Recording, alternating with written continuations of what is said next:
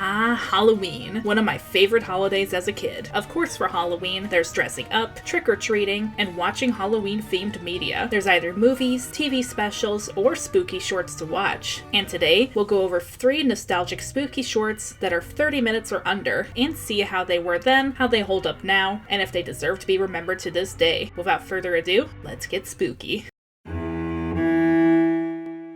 First up, we got the short Vincent, a 6-minute short created by Tim Burton and released on October 1st, 1982. This short is about a little boy named Vincent, who acts like a good, well-mannered boy, but deep down, he wishes to be like the actor Vincent Price, and has macabre thoughts of turning his dog into a zombie or dipping his aunt into boiling wax. He also has an interest in Edgar Allan Poe's writing. As the short continues, he becomes more detached from reality, mirroring Edgar's poem The Raven, as he believes he is haunted by his dead wife, even believing to be dead at the end of the short. Whether he actually falls into madness or he's just getting a little bit too into his imagination is not really known. This short was based on a poem that Burton wrote. He originally was going to make it into a children's story, but decided otherwise. It was created using stop motion and filmed in black and white. Tim Burton was even able to get Vincent Price to narrate the film, which Vincent Price is absolutely fantastic as always. There he could reflect on the horrors he's invented. And wander dark hallways alone and tormented. It not only gives off a perfect Tim Burton vibe, but an Edgar Allan Poe vibe as well, and references to a lot of Vincent Price movies and tropes. This short absolutely scared the crap out of me as a kid, and while it's eerie now, I do rather like the macabre atmosphere of it, as well as how dramatic our main character is. We also get a lot of good dramatic shots in here, and the crew really utilized their limited budget as much as possible. Even though some scenes look very simple, they are really well composed and use contrast effectively.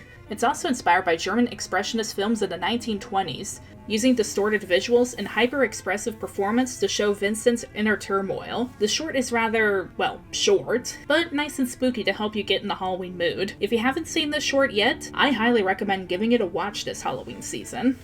And my soul from out that shadow that lies floating on the floor shall be lifted nevermore.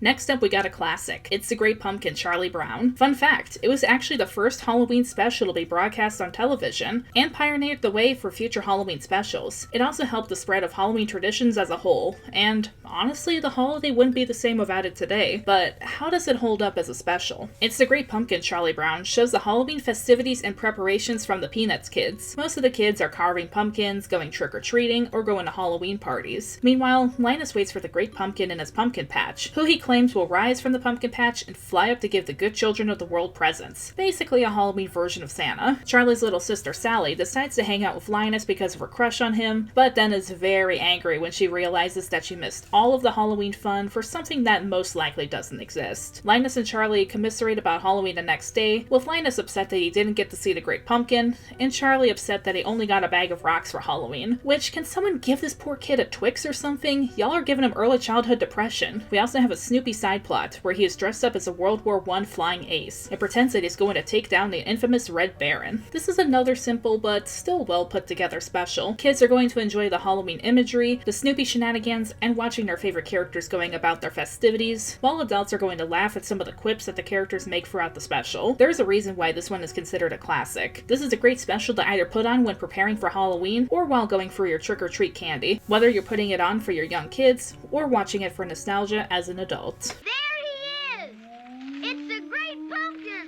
Finally, we got a little bit of an odd one. Halloween is Grinch Night, released in 1977. It's not really a prequel or a sequel necessarily to How the Grinch Stole Christmas, as some of the things that happen wouldn't make any sense, but it's almost like an alternate reality. In Whoville, each Halloween, a sweet and sour wind blows, which causes a chain of events that eventually cause the Grinch to leave his home and go to wreak havoc on Whoville. Everyone in Whoville goes on lockdown, but then a young Who named Yugaraya attempts to go out to an outhouse and gets blown away by the wind. He comes across the Grinch, who attempts to scare him off, but Uriah decides that he should try to stall the Grinch to prevent him from terrorizing Whoville. At first, the Grinch decides to ignore him, but after being provoked enough, gives Uriah the Spooks tour, which subjects Uriah to a surreal nightmare. However, Uriah endures the spooks until the sweet and sour wind begins to die down, which means that the Grinch has to go back home. Uriah goes back home with Grinch's dog Max, who is much more depressed in this special than usual, follows the young Who home. The Grinch says he will be coming back someday as he goes back home. Okay, so honestly, even when I was younger, this wasn't my go-to Halloween special, or even my go-to Dr. Seuss special. Not to say it's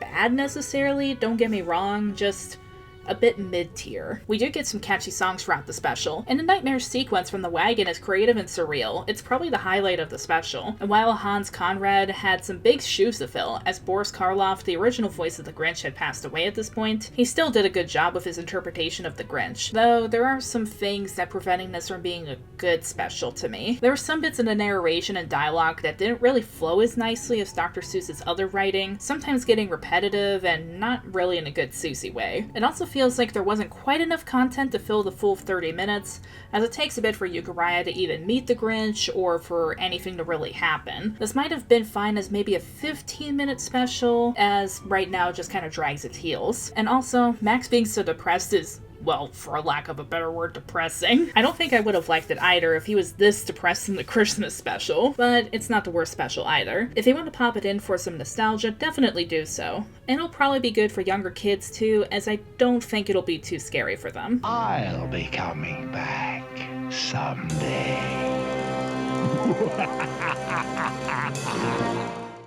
Did you watch any of these spooky shorts as a kid? Or did you have your own shorts that you watched for Halloween season? Let me know in the comments down below. And if you enjoyed this video, make sure to subscribe and click that little notification bell if you want to see more from me in the future. Until next time, this is Danse Macabre, signing off. Bye bye, and stay spooky.